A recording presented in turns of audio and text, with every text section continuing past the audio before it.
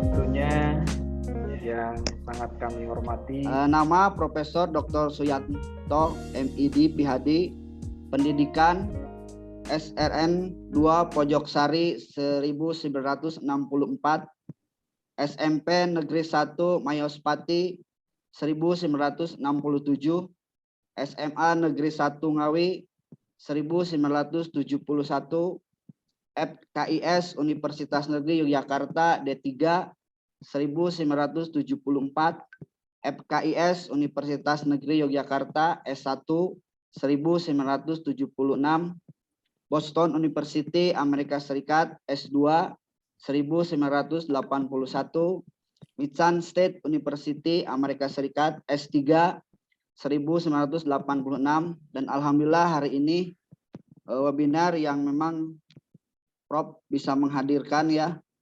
Beliau dikenal sebagai pakar di bidang karakter berkemajuan di Grow Mindset serta pengalaman yang handal, rekam jejak sebagai Rektor UNY Universitas Negeri Yogyakarta, Dirjen Dikdasmen Kemendikbud Republik Indonesia, dan Ketua Guru Besar UNY, pengurus Majelis Diktilitbang PP Muhammadiyah dan BPH Universitas Ahmad Dahlan Yogyakarta, diharapkan memberikan pencerahan berkemajuan di kalangan Sivitas STKIP Muhammadiyah Kuningan, Amal Usaha Muhammadiyah, dan Sekolah Muhammadiyah Kabupaten Kuningan dan sekitarnya.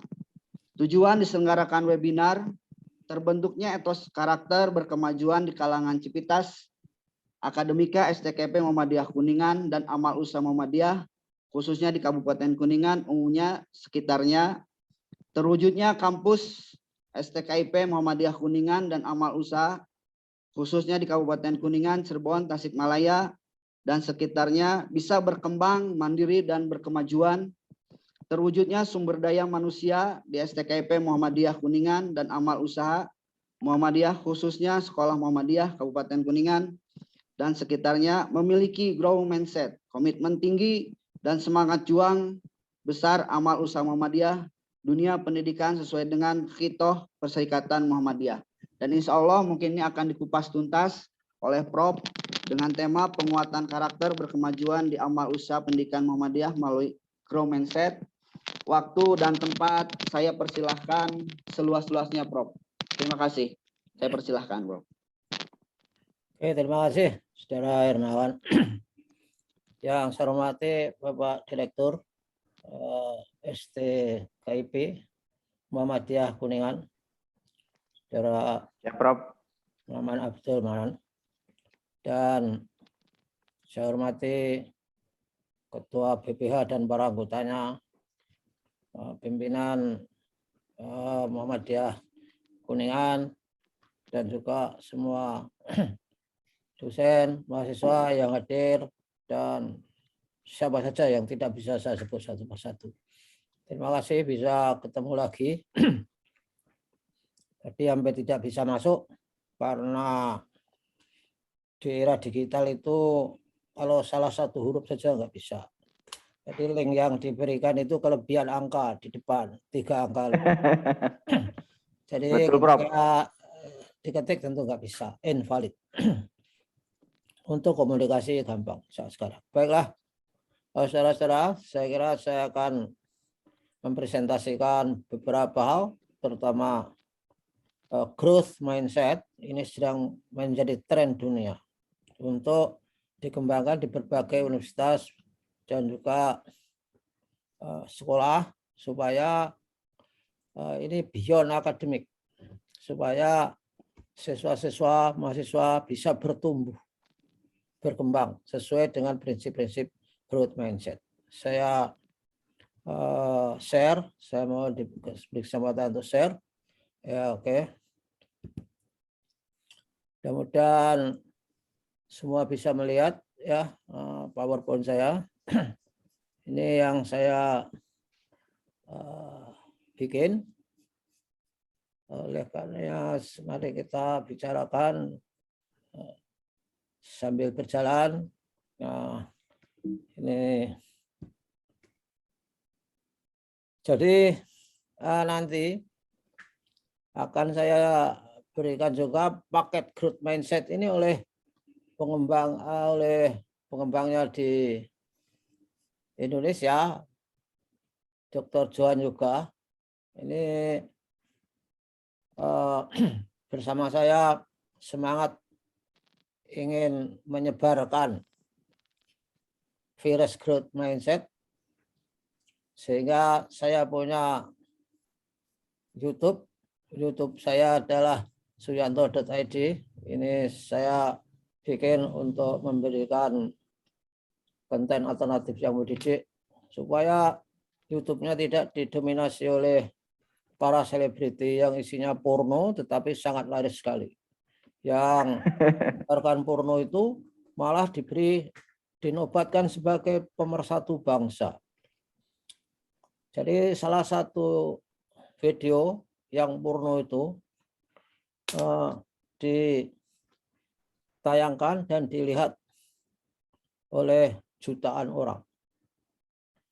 Dan jutaan orang itu saya kira ya ada lah anak-anak SMA Muhammadiyah, SMP Muhammadiyah, pasti ada lah. Dan ketika diberi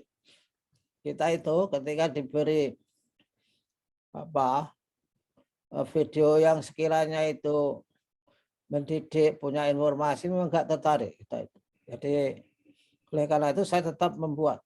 Tapi besok akan saya berikan paket-paket modul-modul yang saya upload di YouTube saya itu sekarang sudah sampai modul ke-9. Semuanya 12. Kalau saudara mengundang sendiri tentu mahal.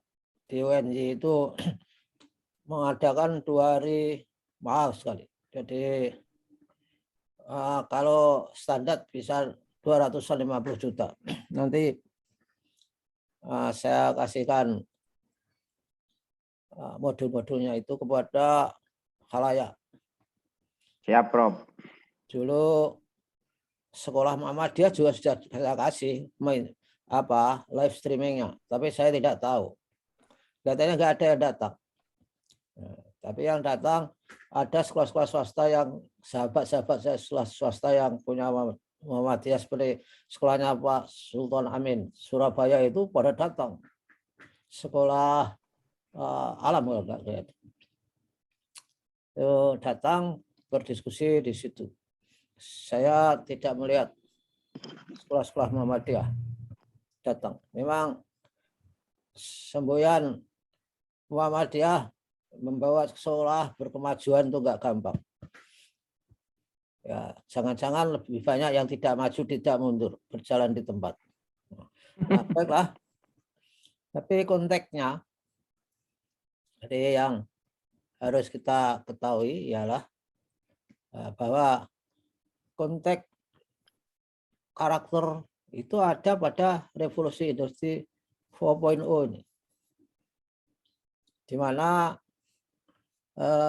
di situ itu ada yang disebut dengan berbagai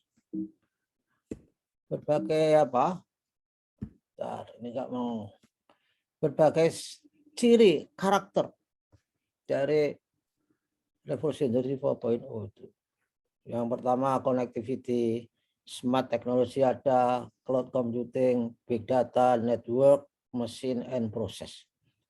Jadi kuncinya itu network. Jadi pendidikan di PTM itu harus punya network. Satu sama lain bergandeng-gandeng secara digital. Juga secara fisik kalau sudah tidak pandemi. Itu kunci sukses. Jadi connectivity itu konsekuensinya maka ilmu-ilmu kita itu sudah multidisiplin, interdisiplin, tidak monodisiplin. Itu sudah nggak laku. Kemudian ada teknologi yang smart, teknologi yang canggih. Ya handphone kita itu smart technology sebenarnya. Itu fungsinya puluhan ribu, harganya mahal, tapi hanya digunakan 3 macam fungsi. 1 untuk WA, 2 untuk telepon, 3 untuk selfie, hanya itu. Jadi percuma punya telepon yang smart, tetapi cara menggunakannya tidak smart. Nah, ini menjadi persoalan, saya kira, persoalan kita. Kemudian ada big data, siapa yang punya big data itu berjaya. Jadi STKIP harus meniru, harus punya big data. Big data mengenai mahasiswa, big data mengenai proses pembelajaran, big data mengenai riset. Sehingga kalau ingin mendata sesuatu tidak selalu saja ngejar-ngejar orang per orang. Apa penelitian kamu? Apa pengabdian kamu? Apa buku kamu? Nggak ada. Nah, semua harus masuk ke dalam satu pintu big data. Sehingga data yang ada itu harus data yang meaningful, fungsional. Bukan sekedar data dengan folder-folder data, tetapi tidak bisa membangun sistem. Sehingga nggak bisa digunakan untuk keperluan yang lebih canggih. Hanya file saja, tidak tersistem. Jadi coba bayangkan seperti GoFood, di Kuningan ada kan GoFood? Ada kan? Ada, Prof. GoFood sudah banyak di sini. Itu karena punya big data, maka Gojek itu menerima pendapatan dari restoran itu miliaran, puluhan miliar sehari. Dan Gojek itu nggak punya yang namanya restoran satupun, tapi dia mempunyai pendapatan dari restoran. Kenapa begitu? Akibat dia punya big data dan memanfaatkan aplikasi. Big data tentang orang yang lapar, big data tentang orang yang berjualan, big data tentang orang yang punya motor mau ngantar dan sebagainya itu. Masih banyak lagi. 4.0 itu.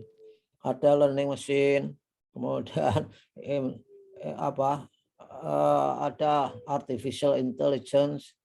Yang artificial intelligence itu ke depan akan mengubah wajah-wajah perguruan tinggi kita. PTM juga akan berubah. Jadi tahun 2035 kalau PTM itu pamer-pameran gedung sudah kuno.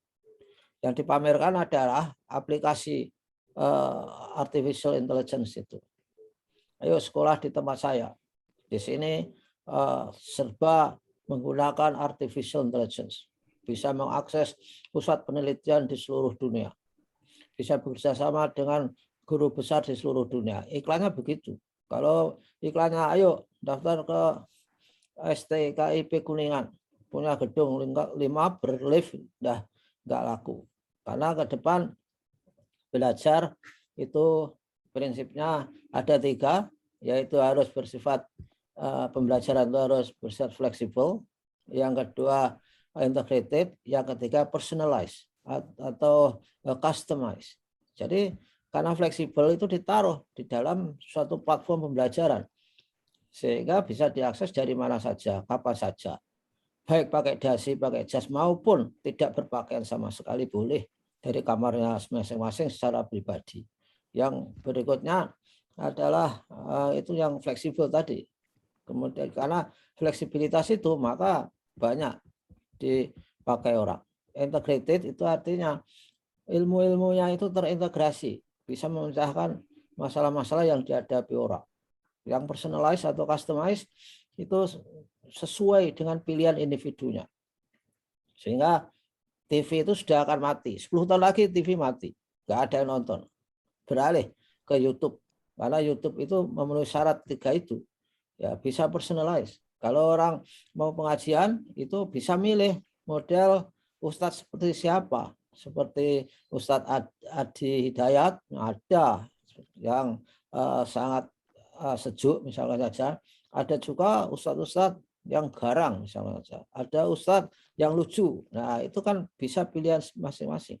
Itu personalized. Nah, itu akan ditopang oleh smart technologies. Oleh karenanya saya kira ke depan memang banyak tantangan. Tantangan itu hanya bisa dijalani dan dipecahkan oleh orang-orang yang memiliki karakter kuat dan memiliki mindset yang bertumbuh, growth mindset. Baiklah, ini akibatnya dari revolusi industri 4.0 itu. Ya, jadi saya ketutup ya. Ini gimana caranya menghilangkan? Oke. Ya, jadi dari revolusi industri 4.0 tadi, akibatnya wajah kegiatan ekonomi kita aja sudah semakin tidak tidak seperti dulu-dulu, sudah berbeda.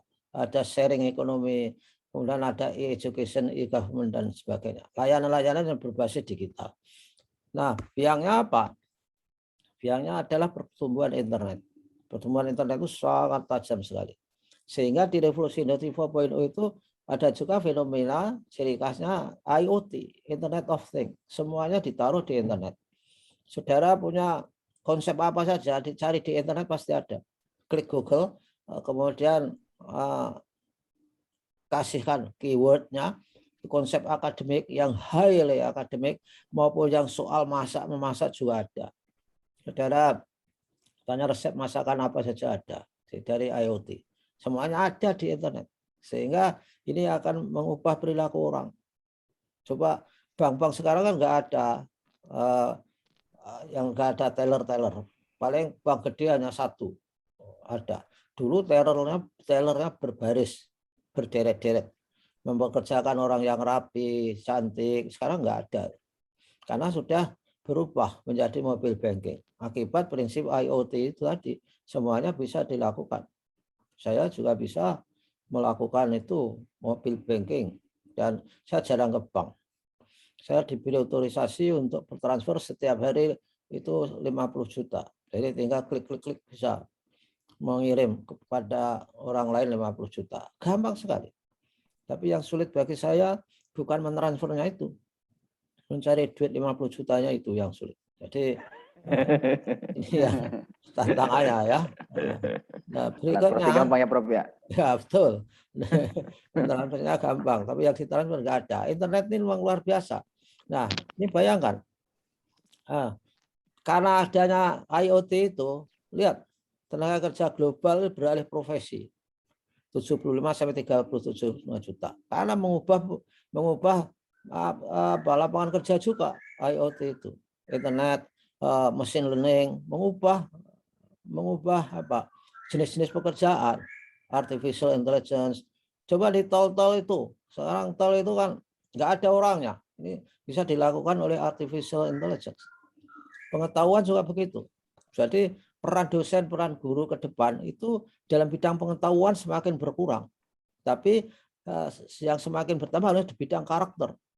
Pengetahuan dilakukan oleh artificial intelligence. Lebih sangat lebih setia, dan salahnya tidak ada dengan artificial intelligence. Dengan learning machine itu juga bisa mesin itu membuat analisis. Jadi ke depan mesin cuci itu tidak berdasarkan timer, tapi berdasarkan analisis oleh artificial intelligence. Sehingga berapa lama dia mencuci itu akan tergantung apa yang dicuci, jenis sarung apa, apakah gamis, sarung, jin, itu bisa dianalisis sambil mencuci.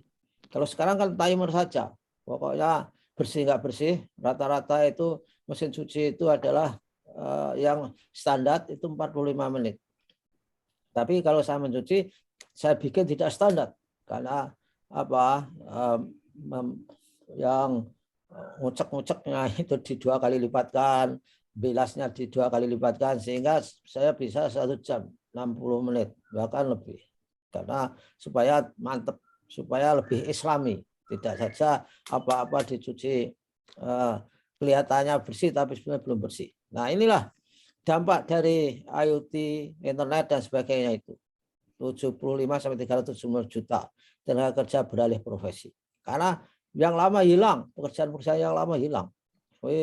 Pekerjaan ngajar dan sebagainya itu besok juga hilang karena terdisrupsi oleh artificial intelligence. Artificial intelligence itu sudah bekerja di mana-mana.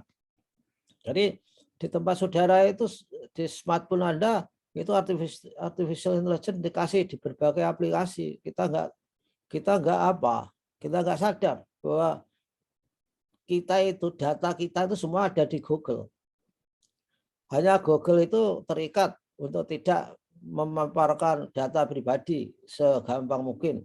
Kalau ya, bukannya orang malu itu. Kita itu kemana saja itu Google tahu. Jadi kita ke tempat yang pengajian tahu.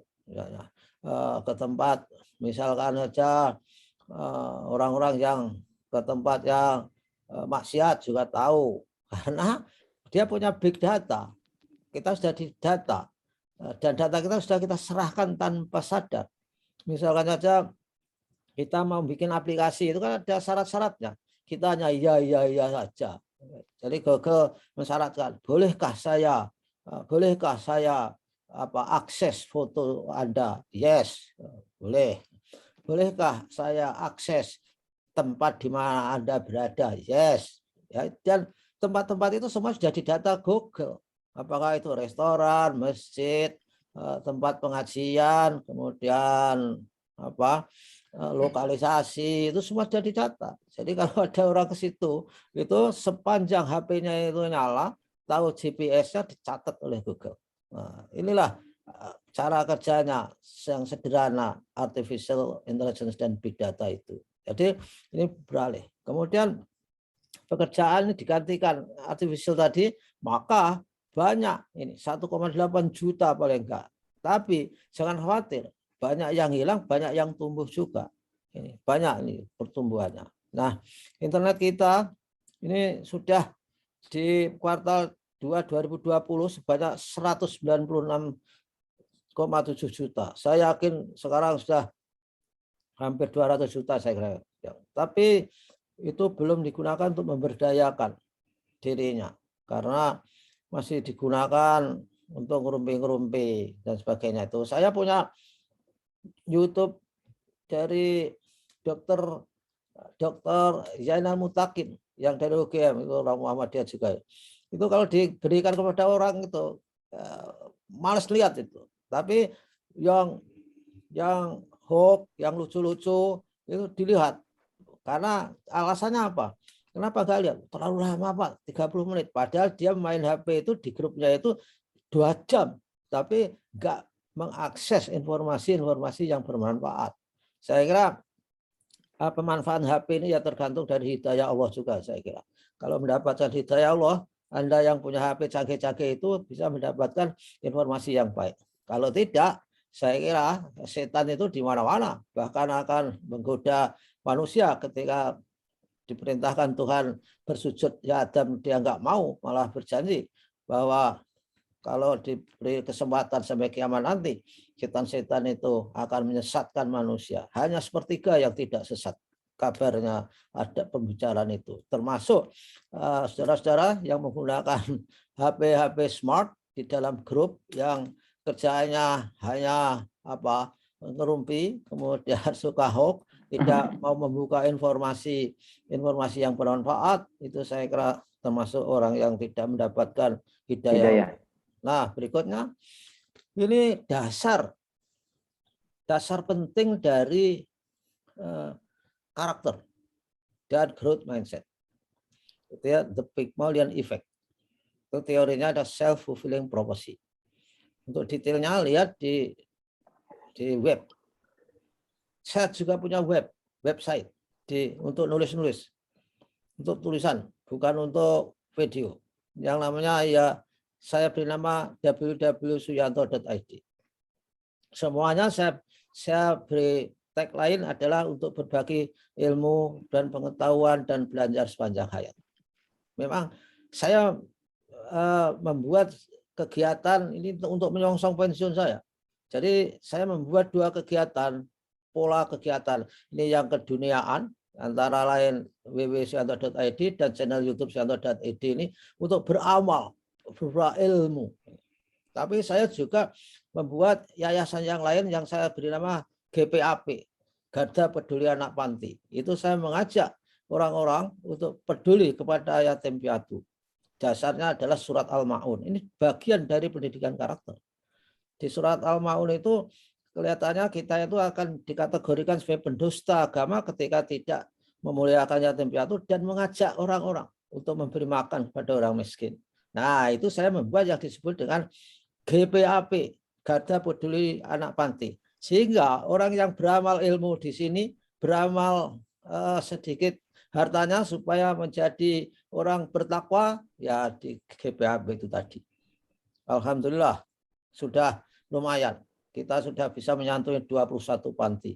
Ya kira-kira 1 bulan itu ya setara dengan 40 juta untuk memberi santunan logistik, sembako, kemudian uang kuliah, SPP, laptop, kemudian HP.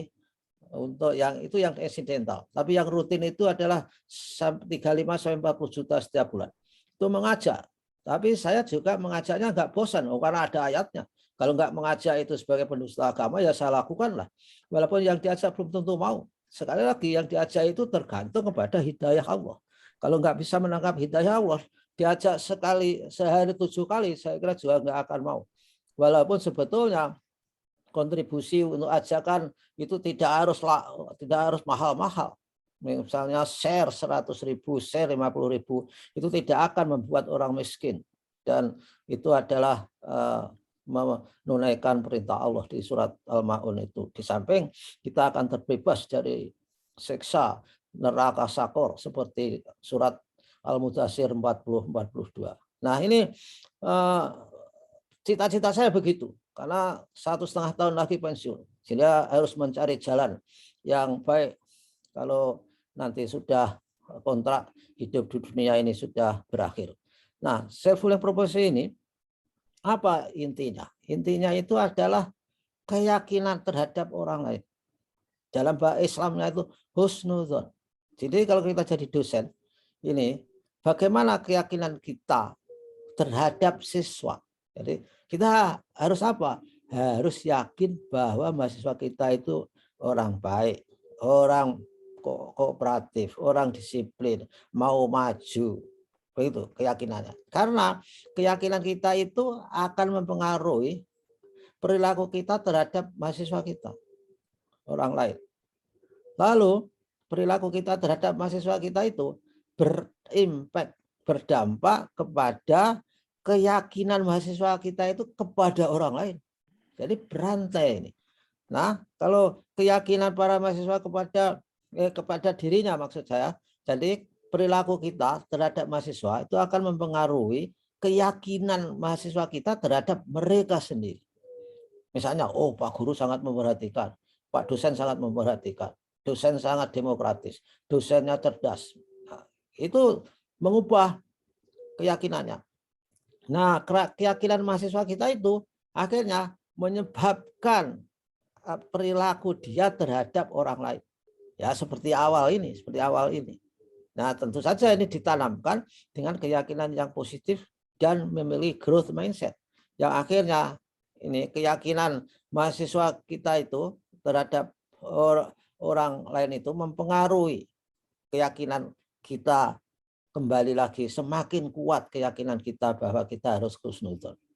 Tidak boleh curiga, wah ini anak-anak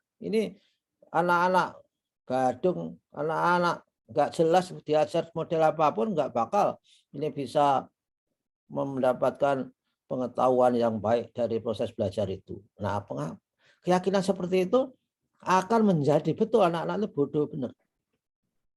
Eksperimennya adalah oleh Rosenthal. Rosenthal itu bilang kepada guru ada kelas A dan B. Pak Guru, silakan ngajar di kelas B. Kelas B itu anak-anak yang luar biasa, sangat cemerlang. Dia sopan, dia menghargai pendapat orang, dia kooperatif. Nah, gurunya dikasih begitu itu, malamnya mengiang-iang, lalu membangun keyakinan dirinya. Wah, besok akan mengajar kepada anak-anak begitu. Pasti ini anak-anak ini akan mendapatkan knowledge, akan mendapatkan gain. Jadi knowledge gain-nya itu akan besar. Jadi karena dia hebat, betul. Jadi karena dibegitukan kelas B itu hebat betul. Padahal kelas B itu kelas biasa-biasa saja. Bahkan anak-anaknya itu ya banyak yang bodoh-bodoh di situ. Tapi karena gurunya yakin bahwa dia pinter, akan jadi pinter beneran. Karena apa? Karena keyakinannya itu membentuk perilaku guru itu terhadap mereka. Misalnya suka menolong, suka menginspirasi, suka memotivasi, tidak menghukum dan sebagainya itu. Ya, Ini Pygmalion effect yang melahirkan teori self-fulfilling prophecy. Nah, gejala-gejala transformasi itu ada di revolusi industri 4.0. Nah, ini harus kita yakini sebagai hal yang baik. Toko-toko berubah, toko fisik menjadi marketplace. Kemudian perhubungan itu taksi-taksi juga sudah diganti. Toko-toko itu supermarket banyak yang gulung tikar juga kan. Antara lain di sebelah saya ini Hero, Giant sudah gulung tikar karena diserbu oleh online. Saya juga kalau belanja online gampang sekali, sudah nggak kemana-mana. Ya kurang lebih sama lah, bahkan harganya lebih murah kadang-kadang. Karena kita kalau keluar itu paling enggak 4 liter bensin, belum parkirnya, belum risiko tabrakan dan sebagainya. Nah, oleh karenanya toko-toko konvensional semakin lama semakin hilang. Nah, apa top yang top 10 skill yang harus dimiliki itu, misalnya di old normal, lihat di revolusi industri 4.0. Ini 10 yang harus dimiliki, yang paling tidak kalau dimiliki di orang hebat 2015 kemarin. Complex problem solving, coordinating with others, people management, critical thinking, negotiation, quality control, service orientation, judgment, active listening, creativity. Kreativitas itu berada di nomor 10. Coba bayangkan, setelah 2020, lihat. Kreativitas naik, critical thinking naik di atas. Ini artinya apa? Perubahan itu luar biasa, menghendaki cara berpikir kita berubah. Lalu bagaimana nasib berikutnya? Nah, ini tahun 2022, ini juga sudah mulai berubah lagi. Yang top 10 skill yang harus dimiliki oleh anak-anak kita itu harus berubah. Jadi di pekerjaan-pekerjaan itu menuntut ini.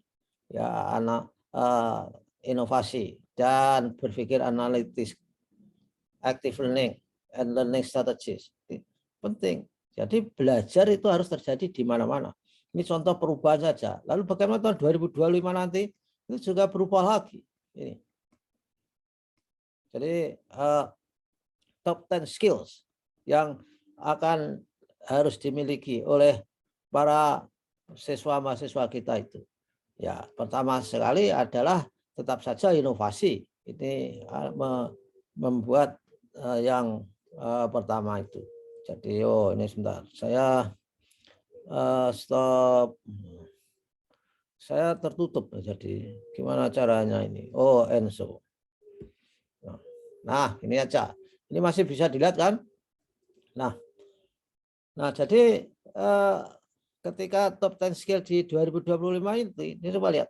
Analytical thinking masih, active learning masih, complex problem solving turun dari tadi di atas di periode-periode dekade sebelumnya. Karena apa? Karena sudah bisa dilakukan oleh komputer. Complex problem solving, critical thinking, creativity, originality, innovation masih ada di sini, leadership dan sebagainya. Jadi kalau dikelompokkan itu kita harus punya problem solving, self management, working with people, technology use and development. Ini kuncinya.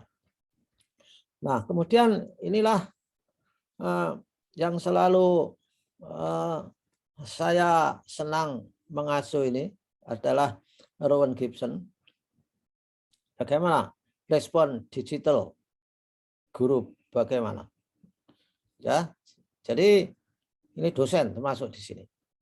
Faktanya ialah masa depan itu bukan pengulangan masa lampau, sehingga kita harus menghadapinya dengan cara bagaimana menghilangkan hasil belajar, menghilangkan hasil belajar yang tidak relevan, menghilangkan model lama, menghilangkan paradigma lama, aturan-aturan lama, strategi lama, asumsi lama, dan bahkan sukses, kunci sukses lama itu juga tidak akan selalu sukses untuk masa depan.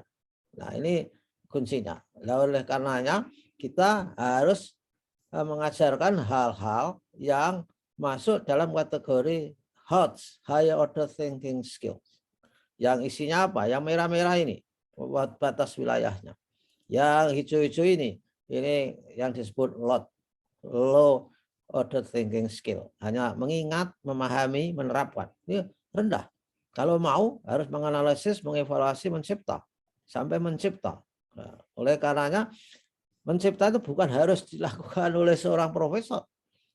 Anak-anak SD pun bisa diajari seperti itu. Tentu daya cipta ala SD. Bagaimana?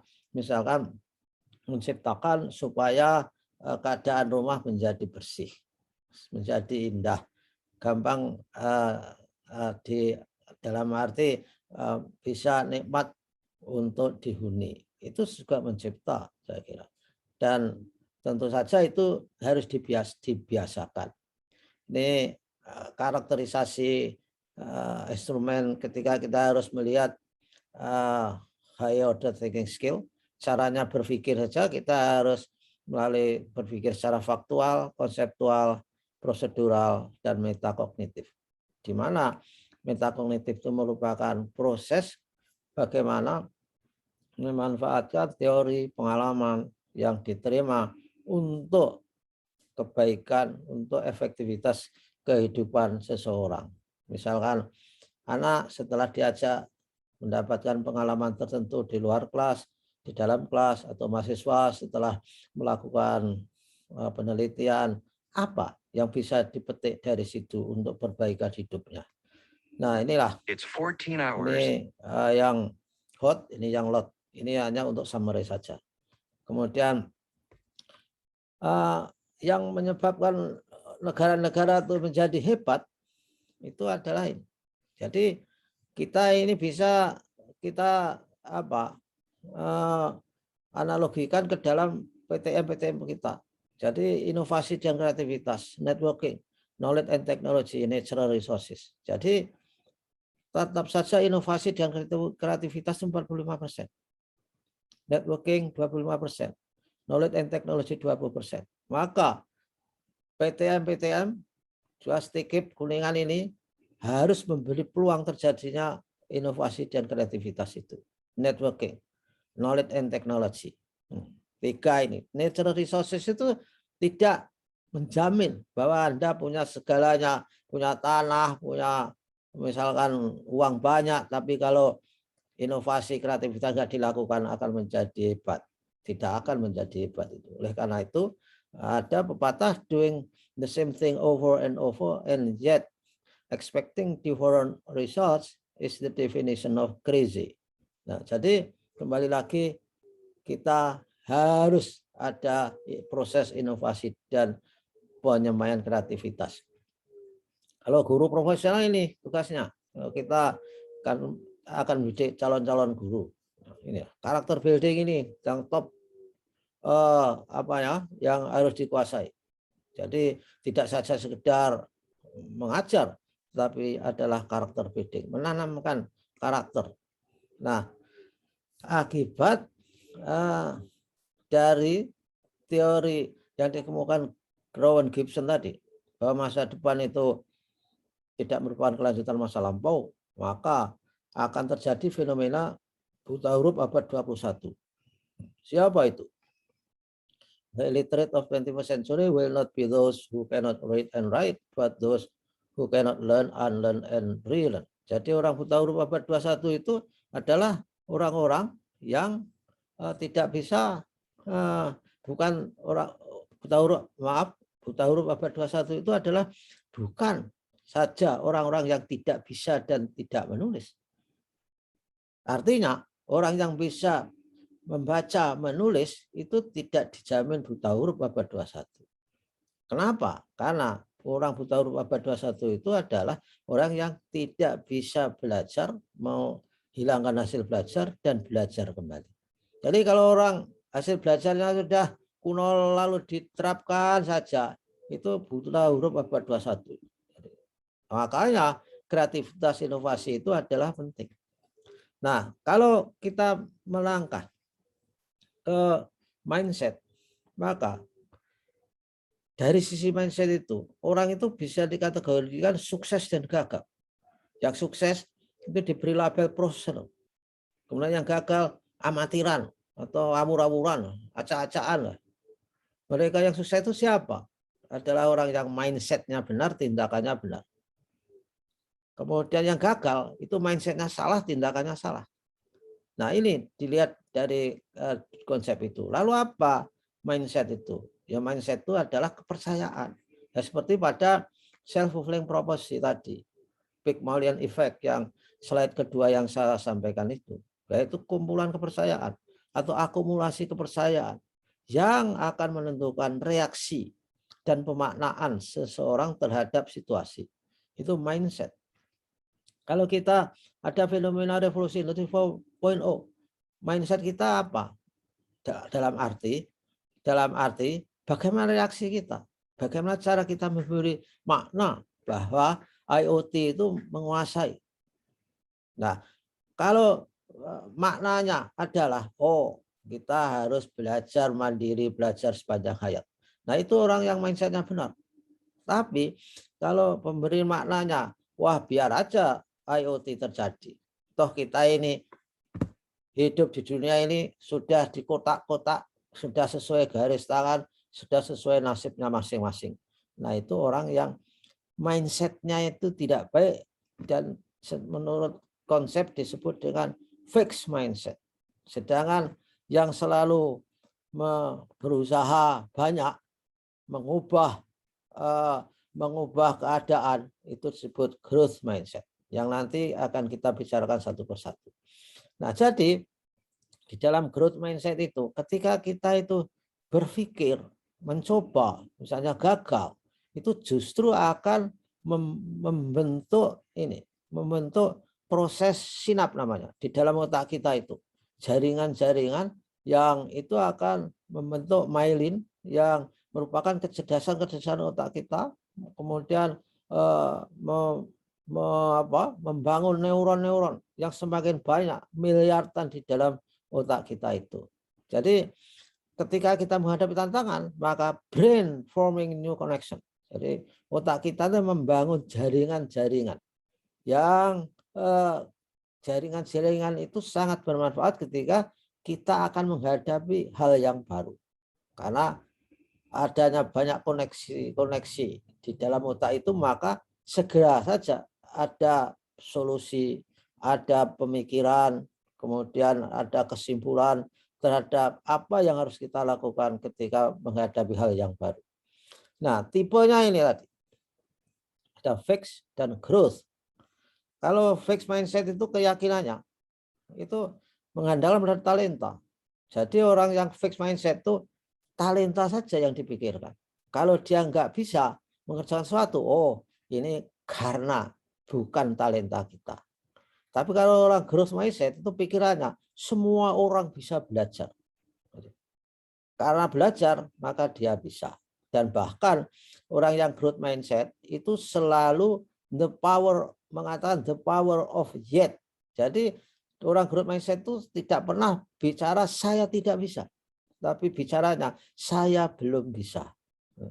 I don't understand yet. I'm not successful yet. Semuanya diberi yet.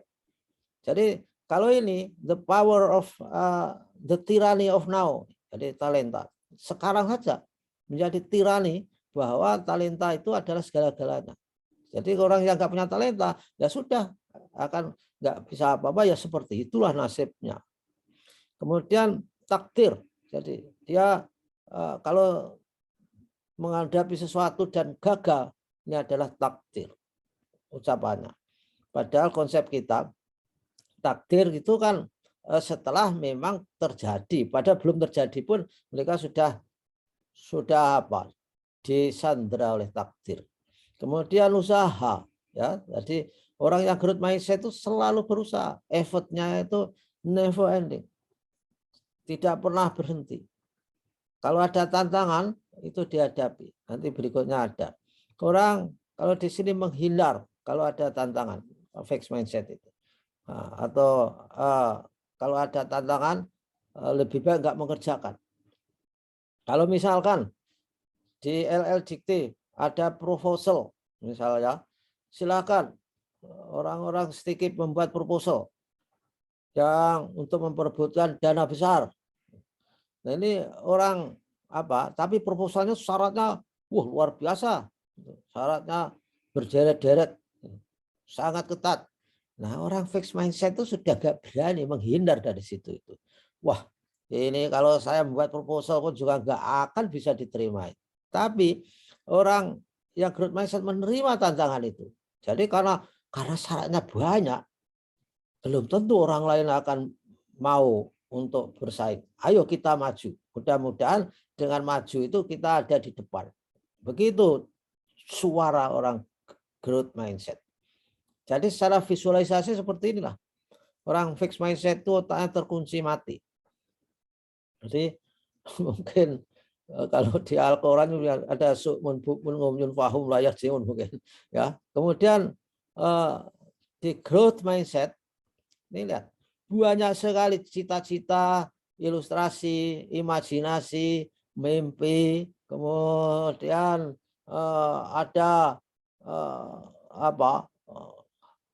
imajinasi yang selalu saja ada, datang dan ingin dicapai. Mimpi ada. Tapi orang growth mindset ketika mimpi itu bangun melakukan sesuatu. Tapi kalau orang fixed mindset ketika mimpi itu mimpi, bangun sejenak, balik tidur lagi. Ini ya bedanya. Nah, kepercayaannya bagaimana? Dari sisi kepercayaan. Fixed mindset itu talenta adalah segalanya dan harus selalu terlihat pandai atau cerdas.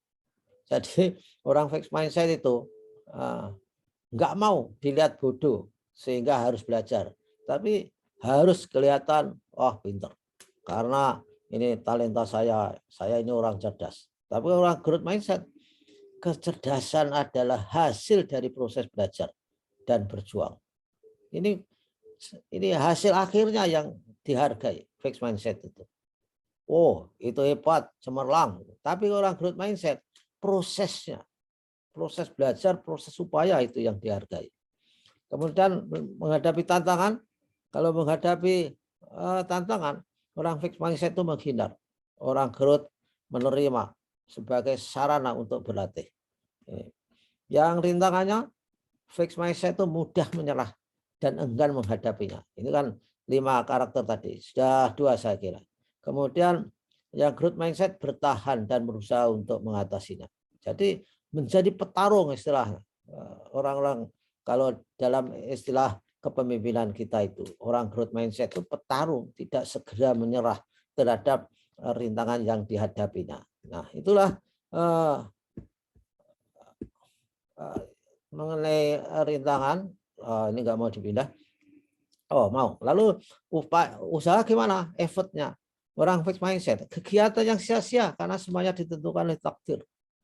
Talenta. Jadi nggak perlu berusaha karena talenta itu ada. Orang growth mindset itu wajib dilakukan untuk mengembangkan keterampilan dari sisi usaha itu. Oleh karena itu, di dalam memuji orang pun juga kita bisa mengarahkan.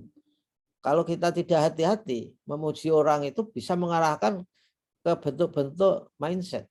Jadi kalau kita memuji itu atas dasar effort, itu akan membentuk orang menjadi growth mindset.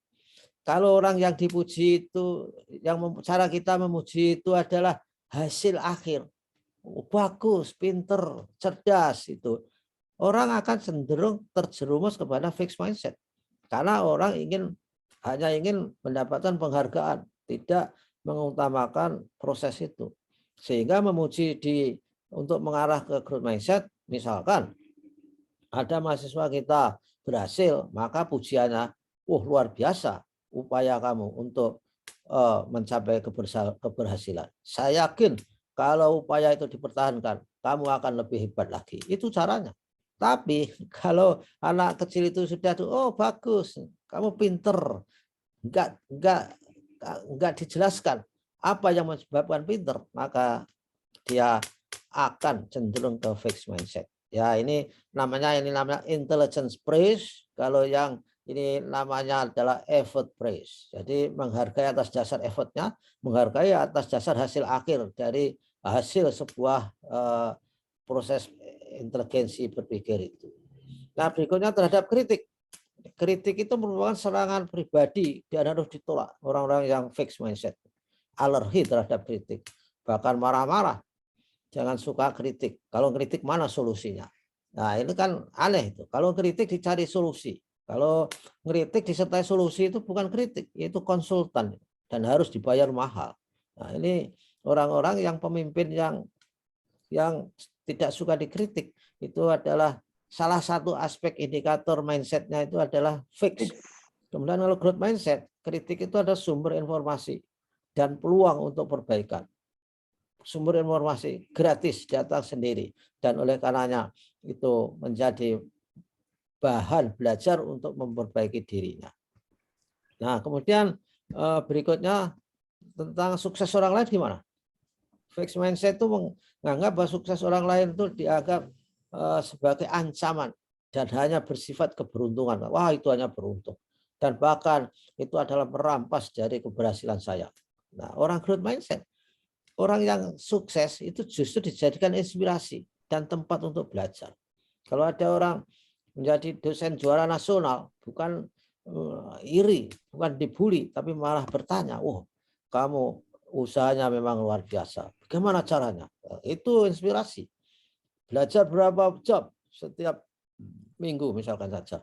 Membuat desain apa? Nah, ini kan menjadi inspirasi bagi dirinya. Growth mindset voicing. Ya, orang-orang yang punya growth mindset itu ini ucapan-ucapan keseharian, kata hatinya itu mengatakannya ini. Saya dapat mempelajari apapun yang saya mau. Saat saya frustrasi, saya bertahan. Saya ingin menantang diri saya sendiri. Bila saya gagal, saya akan belajar. Saya belajar dari kritik dan saran. Bila Anda sukses, saya terinspirasi. Usaha dan sikap saya menentukan segalanya.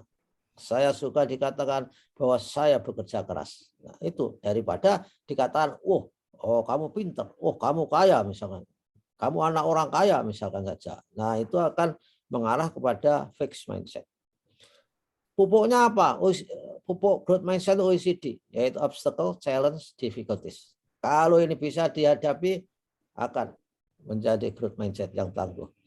Berubah ini harus mulai dari diri sendiri. Jadi jangan menunggu orang lain berubah. Kalau ingin mengubah universitas, mengubah sekolah tinggi Anda, itu jangan menunggu orang lain. Ubahlah dari diri sendiri. Apa yang saudara rasakan di stikip Anda ini yang kurang maju misalkan saja. Kalau menunggu orang lain, lama, ubah diri sendiri. Sebisa-bisanya dari yang kecil, dan yang kecil itu berakumulasi, dan akhirnya akan menjadikan perubahan itu semakin nyata. Dari perubahan berskala individu, lama-lama berubah secara total, kelompok, dan kolektif. Untuk semua komunitas yang ada di stikip di sini ini, saya kira. Nah, inilah dari mana mindset itu? Ya tentu adalah dari otak kita. Lalu otak kita itu akan menentukan attitude kita, akan menentukan attitude, behavior, karakter, dan juga habit. Setelah itu membangun mindset. Ya, jadi otak kita itu supaya memiliki attitude yang memang arahnya itu mendukung suara-suara growth mindset. Perilakunya juga begitu, karakternya dan habitnya. Nah, new habit, new mindset, new result. Ini yang kuncinya. Kalau habitnya nggak pernah berubah, maka mindsetnya subur untuk menjadi fixed mindset.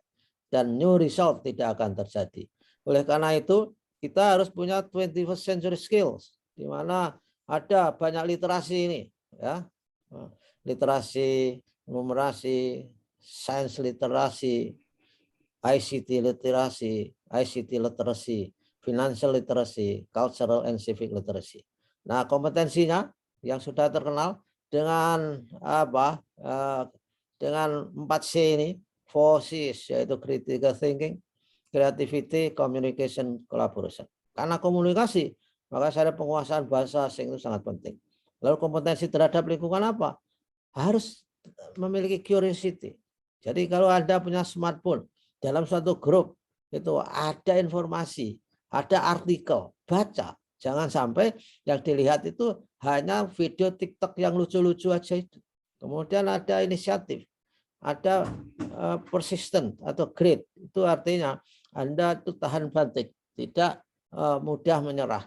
Kemudian ada adaptif, ini mudah menyesuaikan dengan keadaan. Kemudian memiliki kepemimpinan dan memiliki kesadaran sosial dan kultural. Ini menjadi sangat penting untuk para pemimpin-pemimpin yang ada di lingkungan saudara. Nah, karakternya apa? Ya, jadi dosen, jadi guru itu yang penting itu menginspirasi ini. Yang guru yang paling jelek itu hanya mendeskripsi, mengeksplain, mengilustrasi, mendemonstrasikan dan menginspirasi. Sehingga semboyannya, sehingga yang penting itu learning how to learn. Learning to learn. Jadi bagaimana belajar untuk belajar, tidak menghafal saja. Nah, ini juga berubah dari sisi proses pembelajarannya. Ini juga modelnya juga berubah dari tradisi learning ke 21st century learning.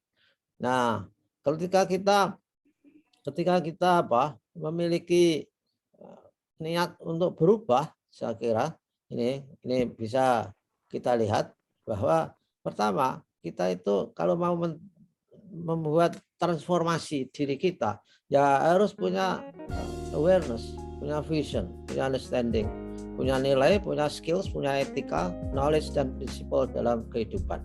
Dengan cara seperti itu, maka 21st century learning itu akan terjadi transformasi dalam diri Anda, baik sebagai individu maupun sebagai kelompok. Nah, ini terakhir saya kira. Jadi hindari kita berada di dalam zona nyaman. Kita harus berubah semakin ke kanan, jadi via zone, learning zone, dan akhirnya yang pada puncaknya adalah di growth zone, di mana di situ kita mempunyai tujuan, kita mempunyai mimpi-mimpi, kita mempunyai tujuan-tujuan baru, kemudian kita bisa mencapai tujuan-tujuan, target-target yang terukur.